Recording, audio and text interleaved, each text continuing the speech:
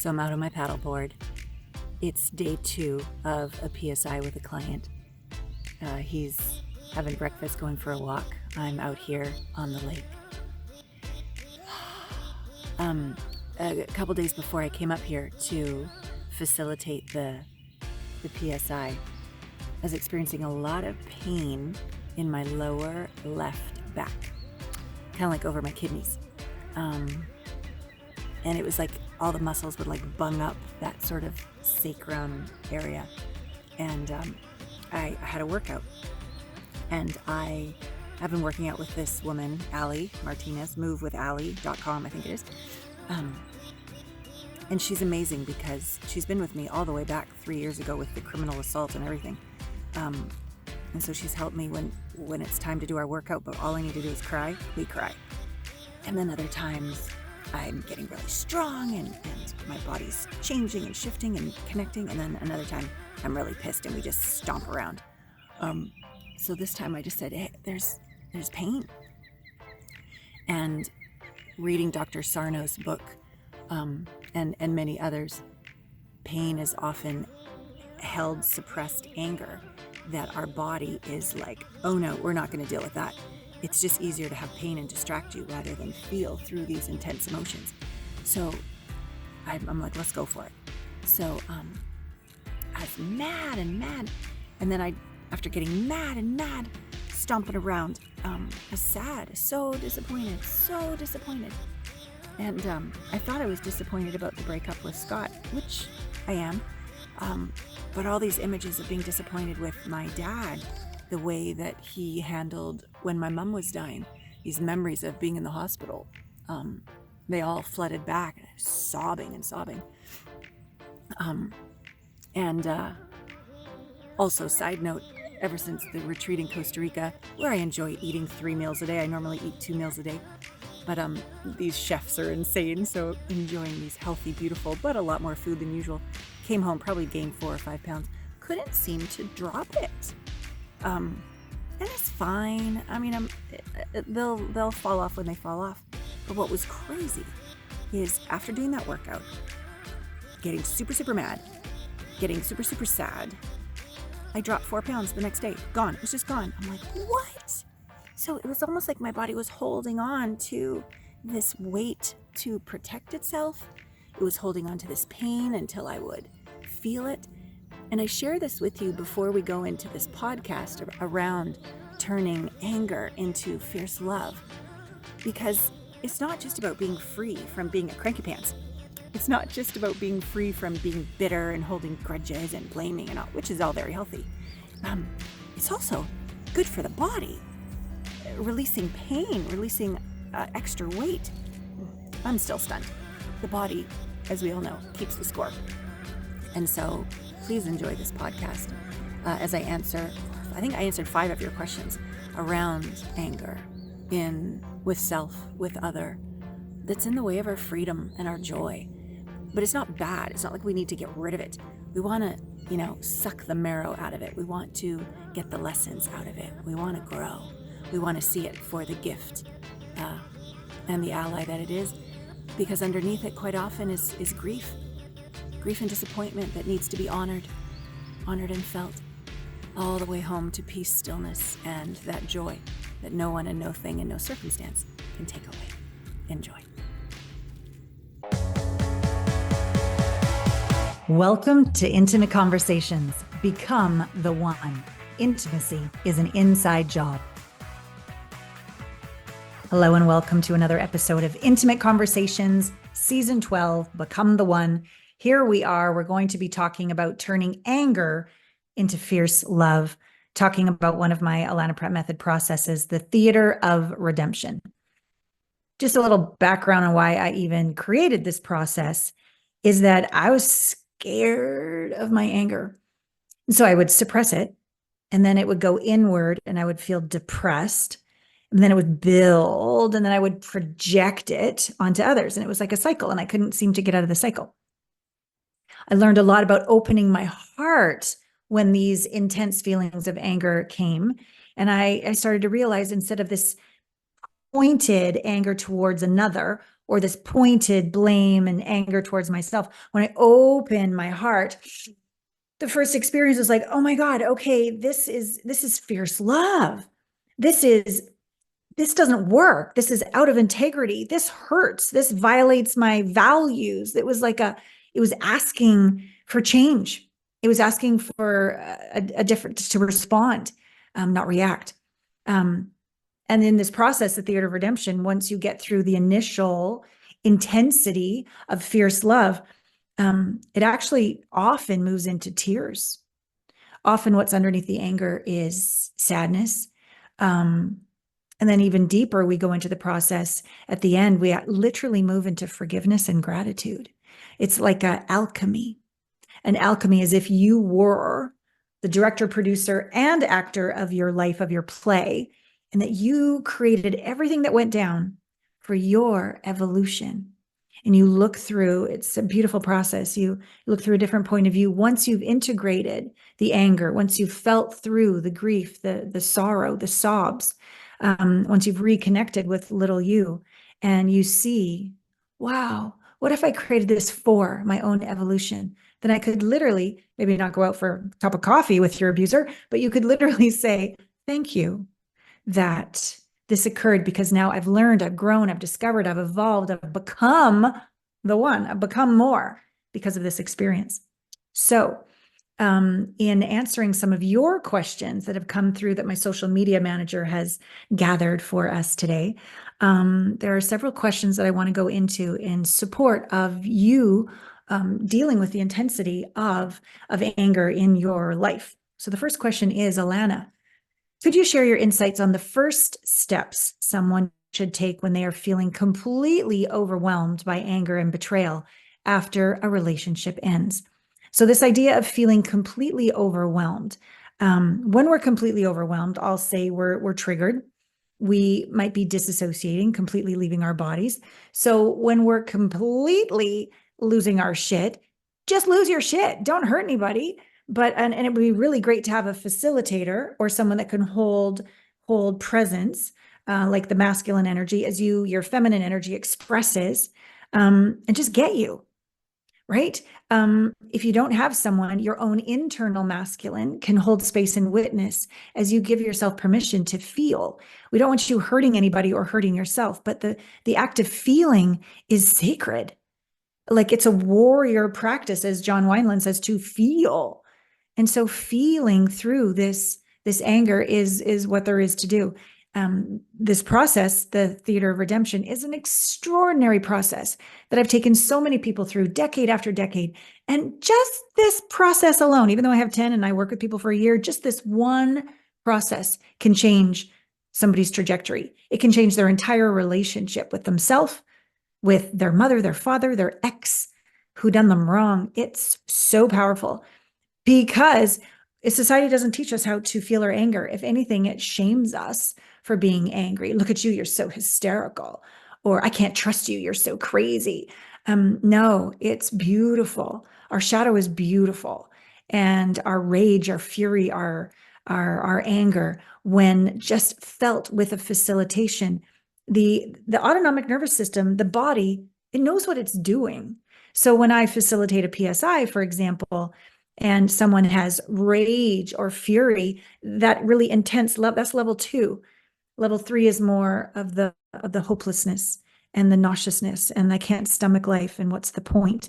But when you get into level 2 trauma, that's that burst of intense, it doesn't last for very long, 30, 60, 90 seconds. But if you can have a facilitator who won't judge you, who will hold you safe, who will say, take me with you, and you feel through and you have permission to express fully what's going on, the autonomic nervous system knows damn well what it's doing. It'll go down to 1, mild pissed offness, mild overwhelm, maybe nervousness, what have you. And then it'll go to 0. And you will have integrated that emotion that was meant to help you grow. It was meant to help you evolve. It was meant to help you speak up or have a healthy boundary or be in alignment with your values. It's not against you. It's for you. And so what should the first step be is to find a place create a place for yourself in your home, or go out in nature, or find something that's going to hold space for you as you feel. Let something be the banks of the river, so that you can just be the river, the flow of this feminine rage. It's feminine energy, not feminine like female rage, but like the feminine energy as opposed to masculine energy, feminine energy of anger, and feel it. You could perhaps, if just feeling is hard for you, you could kind of get it going by saying like, how dare you? How dare you? Not at the actual person, but with a facilitator listening, and just get it out. Say how dare you like 10, 15 times. Just hit the ground. You're going to feel a hell of a lot better. Don't be surprised if the next thing you do is sob your face off. That's normal too. Let that happen too. Feel that too. Whatever the anger is generally a layer on top of, underneath, get ready, because that's going to probably be the next wave of feeling that occurs. And again, follow the energy, allow the energy, trust the body. It will take you home. I've seen it over and over, decade after decade. And this is part of our shared humanity. This is part of what it's like to be human. This is part of, my God, what it's like to just turn on the friggin' news. I get angry. There's a lot of invitations for anger in life. And underneath it is generally sorrow, grief. And that is another emotion that isn't honored in society very much. And we often stuff it or numb out or distract in these other things.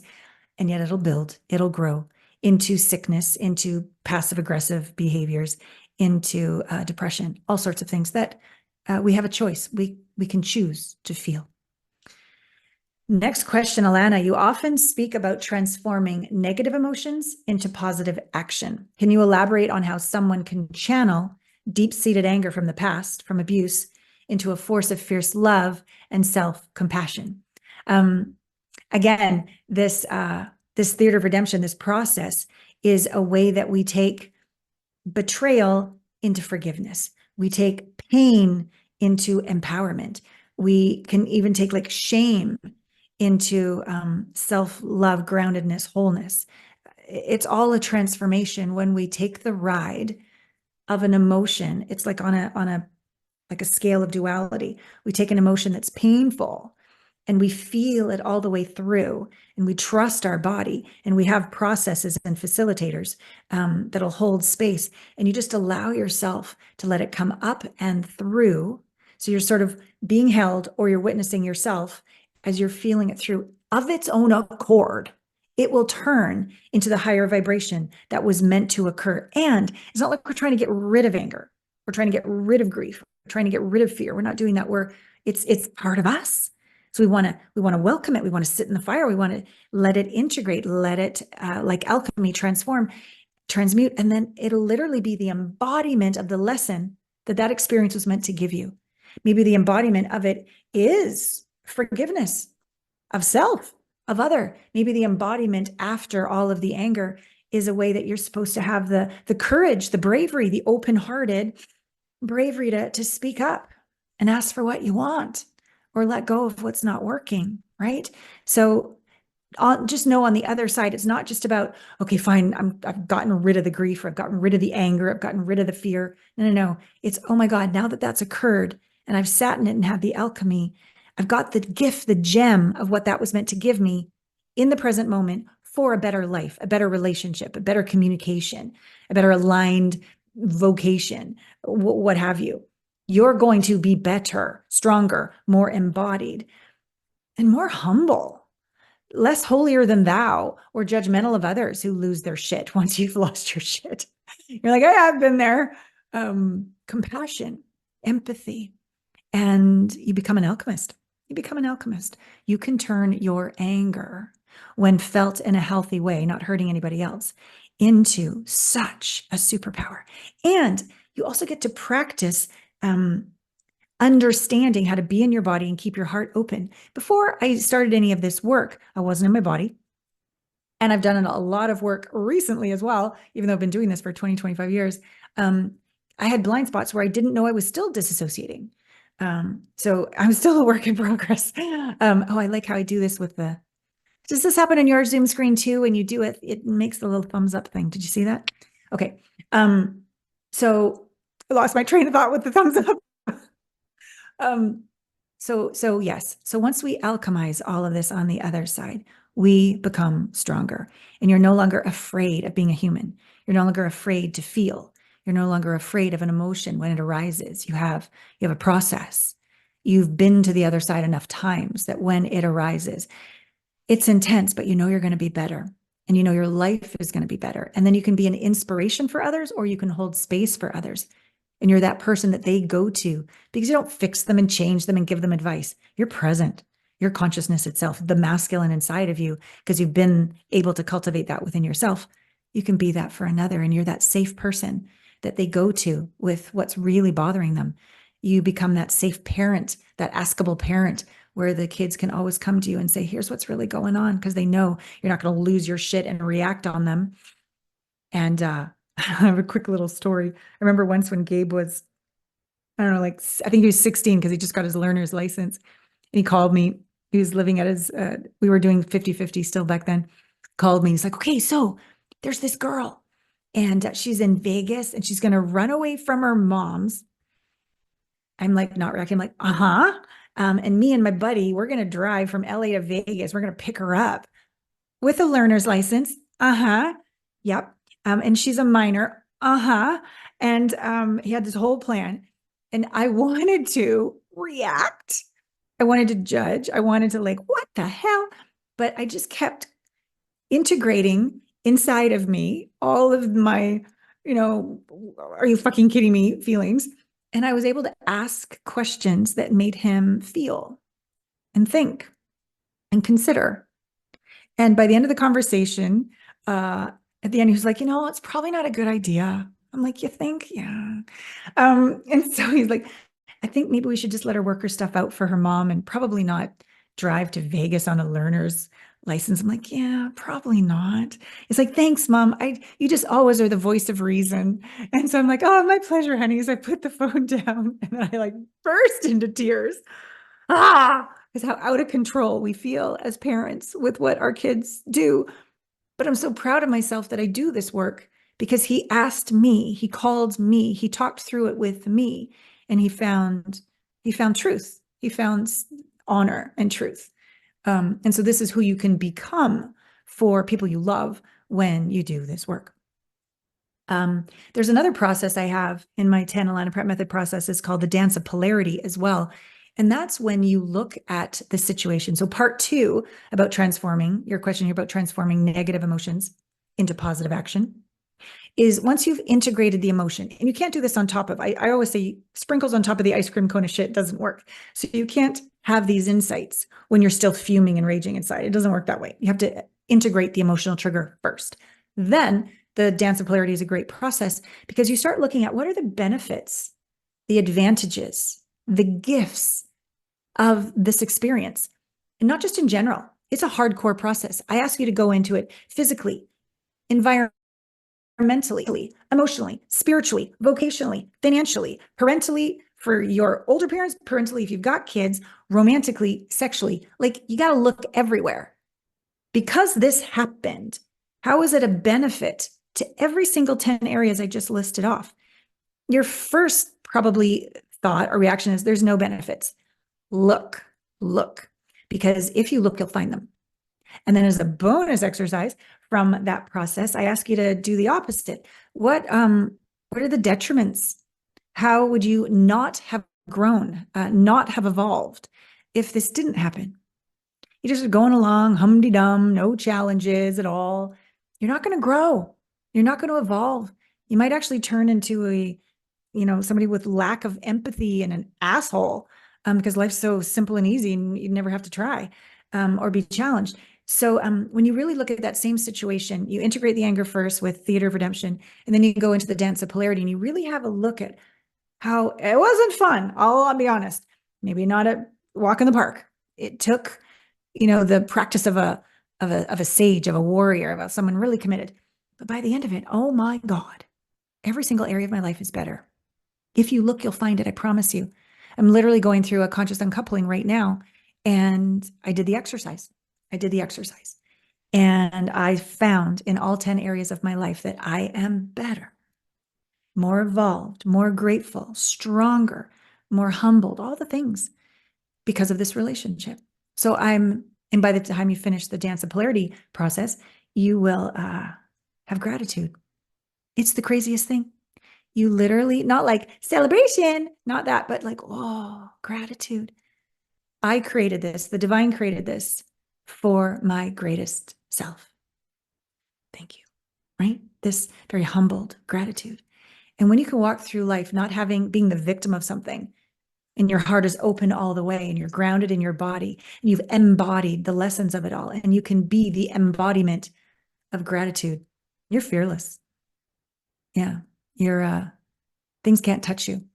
I mean, I don't know if fearless is even real. I get scared all the time. So maybe it's that you always act in the face of fear. Nothing stops you anymore. Maybe unstoppable is a better word than fearless. But nobody can take the power of integration away from you. It's yours. You earned it. It feels good. It feels so good. All right, next question. For someone just acknowledging their experience with sexual abuse, what's one healing practice you believe is crucial to start with? So if the sexual abuse, I'm going to just say like you just acknowledge something maybe happened as a child. That's at least the experience that I can relate to. The first thing to start with is, certainly as a child, it wasn't your fault. It wasn't your fault. I remember in my very first PSI journey, I had for those of you that don't know me, I've had quite the relationship journey to learn and grow, and divorces, custody battles, criminal assault, boyfriend, and so when that one happened, that was perhaps the biggest wake up call for me.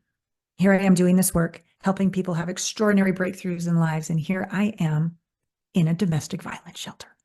Yeah. And so I had done plant medicine 20, 25 years ago with shamans and ayahuasca, these kind of journeys.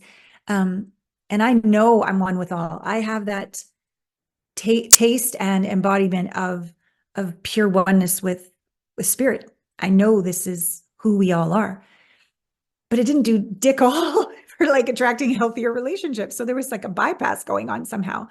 And what I discovered when I did this PSI is that I have, let's say, a PhD in awareness with oneness with the cosmos, but forgot to get my bachelor's.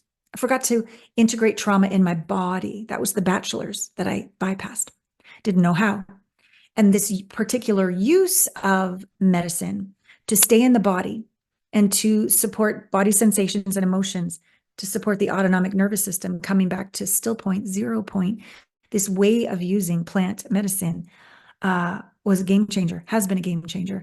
I discovered on my very first journey, everything came back. I had disassociated when it had occurred. It had occurred repeatedly.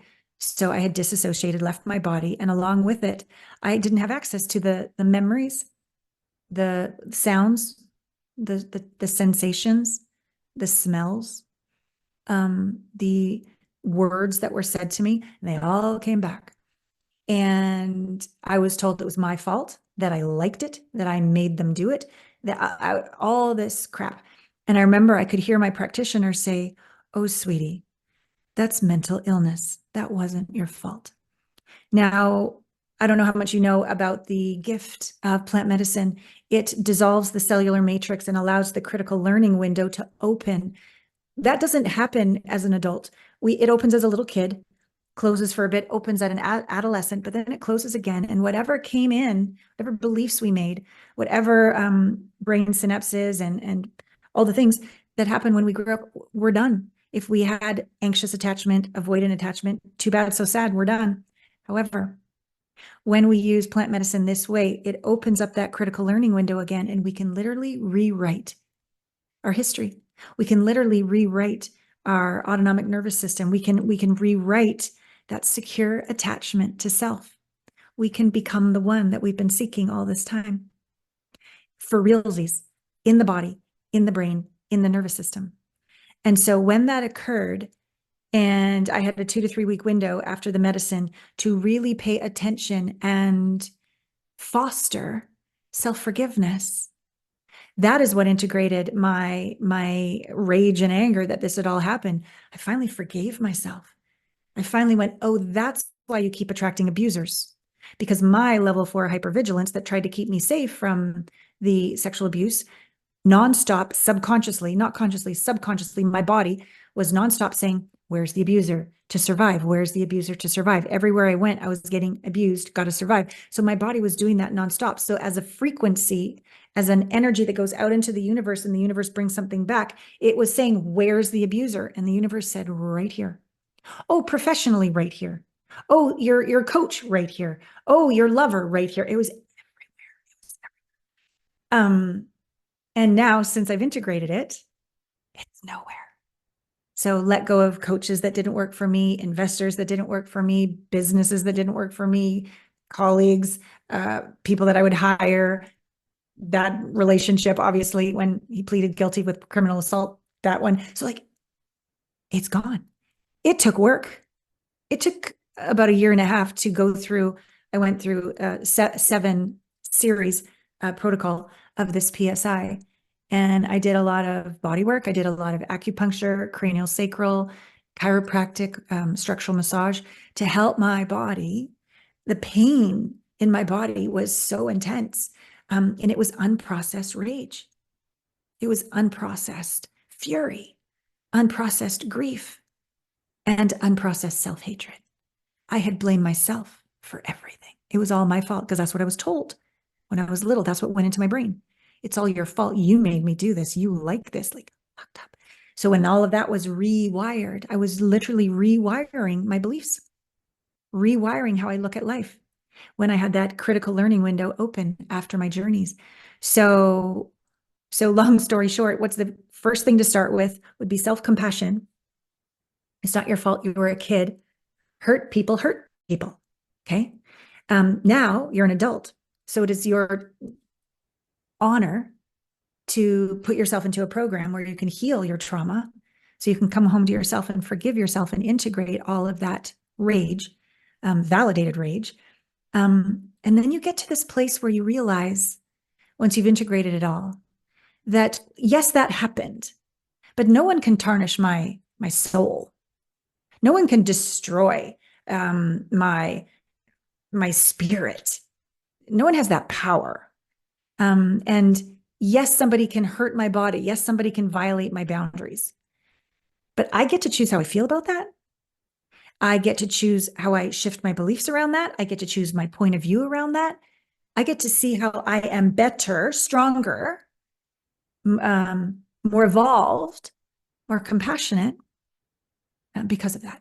That's the work we can do so that no matter what has happened to you, you can be better because of it.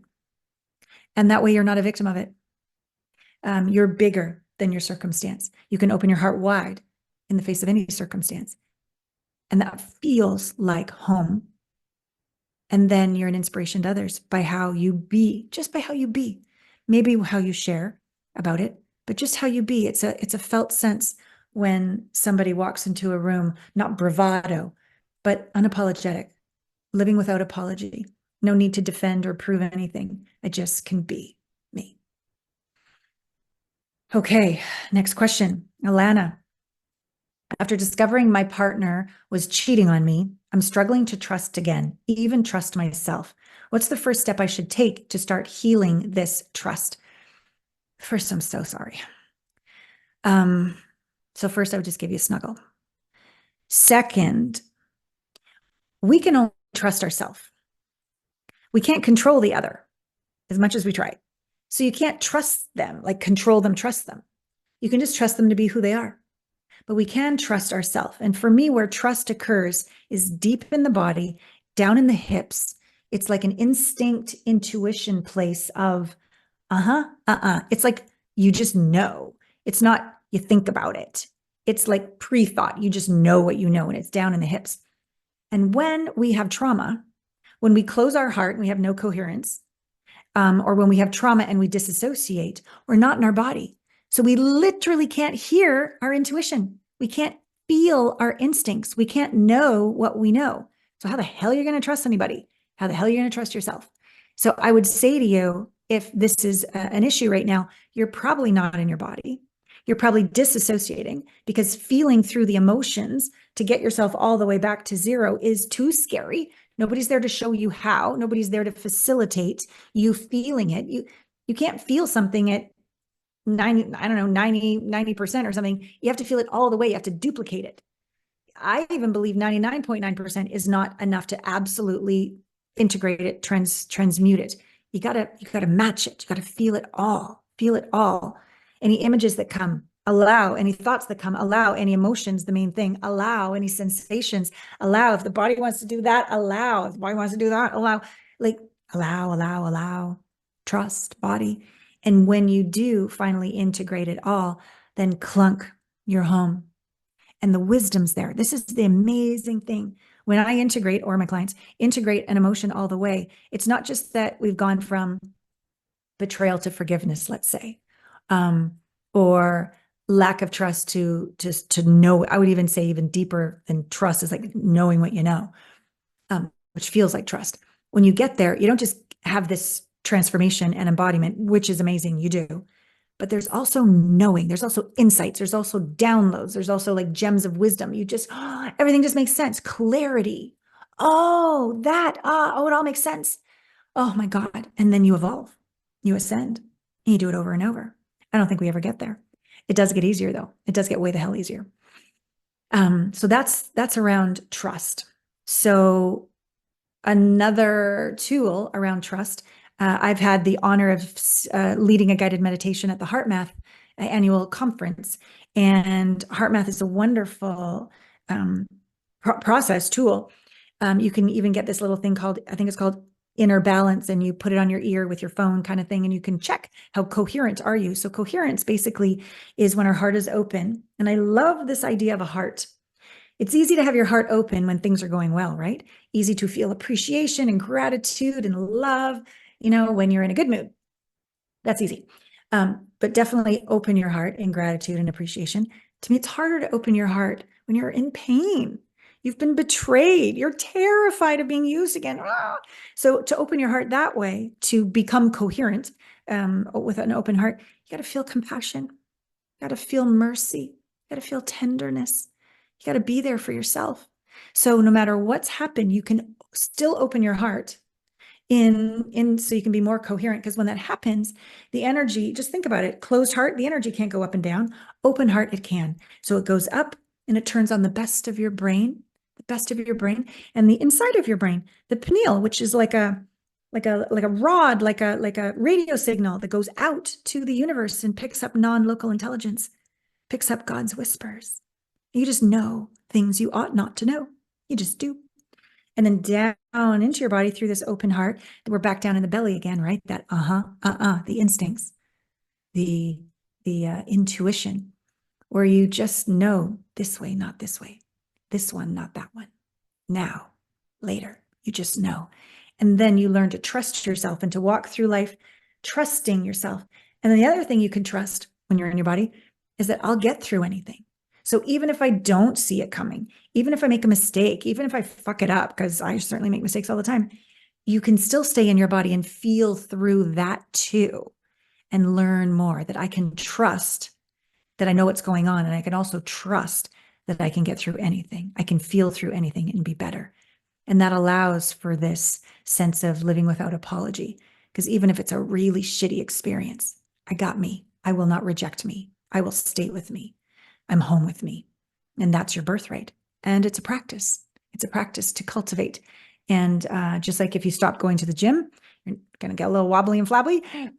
If you stop listening, if you stop doing the practices of checking in, if you stop feeling, it's all going to go away.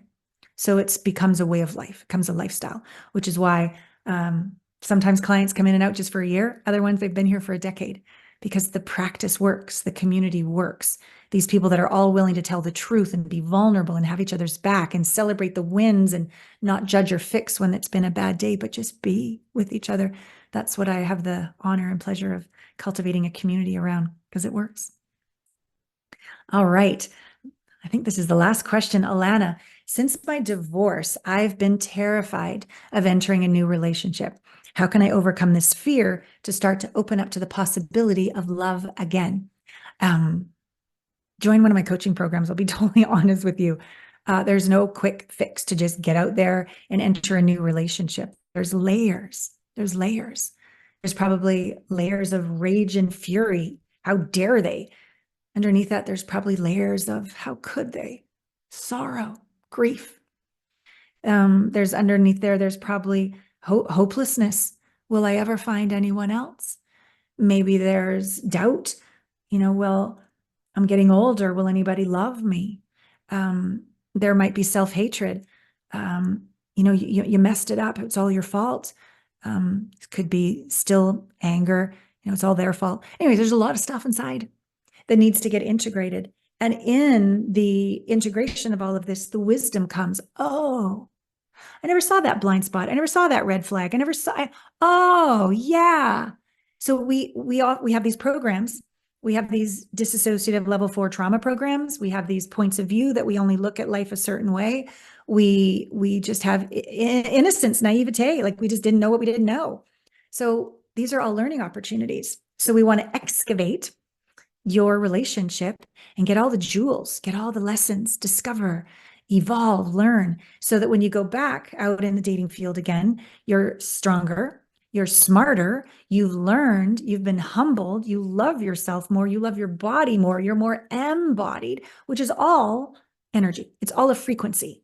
And the universe, one of my guests, the quantum physicist Nassim Haramein, told me, if I'm remembering this correctly, that we literally disappear and appear 1,000,000 times a second. And that's like a frequency that goes out to the universe, and the universe goes, okay. And it's like a figure 8 that comes back. And if you put out the frequency of, if you've been through a divorce, I don't know if you're a man or a woman, but love sucks, relationships never work. I always get hurt. Everyone cheats. Like if that's what the beliefs are and the fears are, that's what you're putting out. That's what you're going to get back. And so we want to not just have a better attitude, not that there's anything wrong with affirmations or traditional cognitive behavioral therapy, but it doesn't move the dial in terms of deeper integration of who you're being and your energy and your frequency. And you tend to have the same, if you don't do the deeper work, you tend to attract the exact same person in a different body, probably worse because you haven't grown. And the universe is, you didn't get the lesson last time. Well, let's make sure you get it this time. So it's probably going to get worse, not better.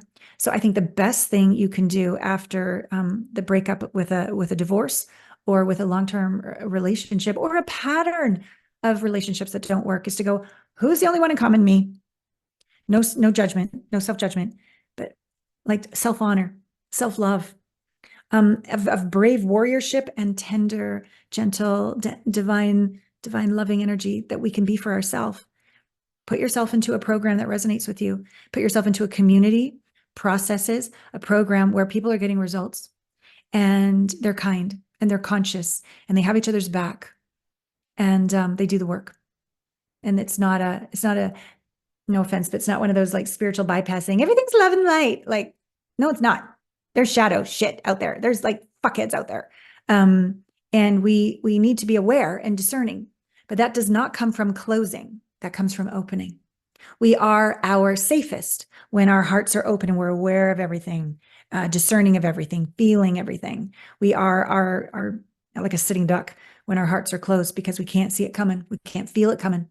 The heart has a field 5,000 times larger than the brain. So you're going to feel something's off way before you're going to see it and figure it out.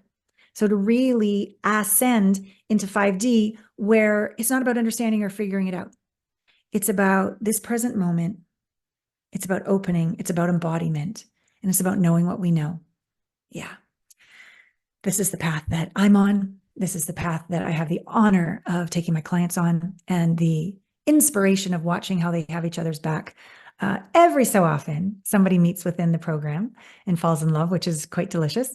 I'd say more often, people bring in their higher level partner that they've met because they've done the work into the community. And we have a lot of conscious couples in the work. And we have a lot of people who are just like, I am so scared. Some of my new clients, married for 25 years, did the whole thing, did the kids, out there dating again, terrified, just like you're saying, because they know they don't know themselves yet. They know they haven't learned and integrated all the lessons from before. And they're really not going to get back out there to do what they did before. No, they're ready for depth. They're ready for intimacy. They're ready for this incredible way of having transparent conversations.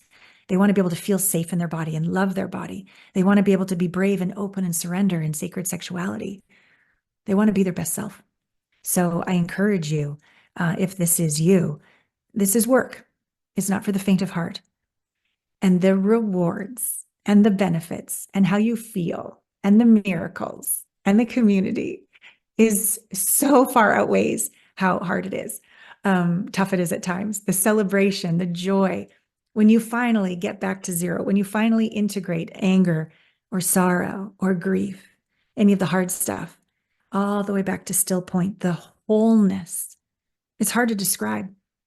The oneness, the wholeness, the home, where you know it's not even that you're enough or that you're safe. Like those words, or trust, those words don't even make sense anymore when you're truly home.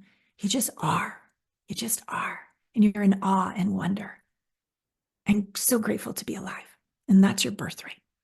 So join us. Join us. On my site, you can find something called an intimacy breakthrough experience. It's a call that you can have with me.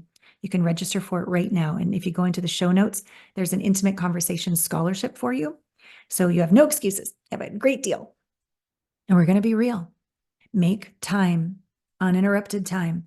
This is your sacred time to connect with me and allow me to love you, show you what blind spots are in your way, help you see where you unknowingly, because if you knew it, you'd change it. I know that. So it's going to be subconscious. Okay. I generally attract people that have done a lot of work and they've tried a lot of things and it still doesn't work. And their self-hatred is growing and their frustration is growing because they know better. But that's up here. If you know better, but the problem is still happening, it's because it's subconscious in your body. So it's going to take some bravery and some humility to go, okay, show me the way. And that's when you surrender. And I am the banks of the river for you. And we do the work. And in this intimacy breakthrough experience call, I'll show you what it is you're being and doing that is repelling the very love and intimacy and connection you desire. And I will show you a path. We have different programs to resolve this, to get you the results you want, to get you the love, the connection, the home inside, and then bring that into a partnership that you want. All right. Thank you for being with me. I love you with all my heart. And I will see you next time on Intimate Conversations. See you next week on Intimate Conversations. Get out there and make love to life. Thank you again so much for all of your questions. They so relate. They so relate to the ending of relationships, the being betrayed in a relationship, going through a divorce, things that so many of us go through. So thank you. I hope that my insights will support you. And just a little teaser, I don't know exactly when you're going to get this podcast. I think it comes out in June. But in October, we will be launching Become the One Mastery. If you go to my site, allanapratt.com, you will see Become the One intro. It's a wonderful, inexpensive way to get a taste of what it is that I do, the processes that I have, because we'll be running through 5 of the 10 Allana Pratt Method processes in October with our course, Become the One Mastery. It'll be live with me, with my clients, with hundreds more people. We'll also be practicing connecting with one another, healthy intimacy, communication practices once a week as well. So you'll be learning from me once a week and then connecting with one another once a week. It's going to be amazing. And as I complete this video, I'm about to go back to my day 2 of a PSI. And when I do these PSIs, I've become such an empty vessel through integrating. I can see a lot of rain coming. I think I should probably head back. Okay, we're going to head back here in a second. But I've cleaned myself out so much that when my clients feel things, I feel them too. Nauseousness in the stomach, pain in a certain part of the body, anguish, fury, rage. And whenever we get to something really hopeless, like, oh, what's the point of living? I can't go on. Those tend to be the hardest to feel. And because I've gone through this with my facilitator. When it happens, this client and many clients say, I can't feel this. It's just too hard. It's just too hard. And there's something about the partnership of our facilitation where I feel it with them. I don't know if I exactly feel it for them, but I'm feeling it. And somehow together as partners, we're able to integrate unspeakable anguish, pain, hopelessness, all the way back to zero. And they're free. Their autonomic nervous system is all the way back to zero. It's exquisite. It is the greatest honor and greatest privilege.